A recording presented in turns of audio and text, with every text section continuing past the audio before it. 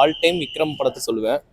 ஏன்னா அது வந்து பார்த்தோன்னா ஸ்க்ரீன் பிளே வைஸும் சரி, பட் அந்த மேக்கிங் ஸ்டைலே வந்து பார்த்தோன்னா ஒரு ஹாலிவுட் தரத்துக்கு இருக்கும்.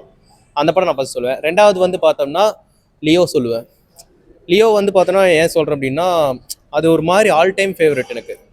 லியோ படத்தோட மேக்கிங்கில் அது ஒரு மாதிரி difference Hollywood movie. So third வந்து பார்த்தோம்னா கைதி. கைதி படம் வந்து பார்த்தோம்னா ரொம்ப வந்து ஒரு பெஸ்ட்டான ஒரு படம், எதிர்பார்க்காம போய் படம் பார்த்தது. ஃபோர்த்து வந்து பார்த்தோம்னா master. So all time favourite master படம். இன்ன வரைக்கும் அந்த படத்தை வந்து யாரால வேணால் கனெக்ட் பண்ணிக்க முடியும். விஜய் சாரோட கேரக்டரு, விஜய் சேதுபதி சார் சூப்பராக பண்ணி தரமாக பண்ண படம். ஸோ 5வது பிளேஸ் வந்து பார்த்தோம்னா மாநகரம்.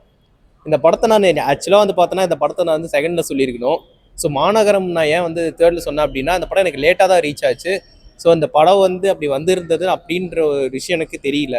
ஸோ நான் வந்து பார்த்ததில் நான் வந்து சொல்கிறேன். ஸோ இவ்வளோ படத்துக்கு எக்ஸ்பெக்டேஷன் பண்ணி நான் மாநகரம் படத்தை வந்து நான் தவற விட்டேன்னு தான் சொல்லுவேன்.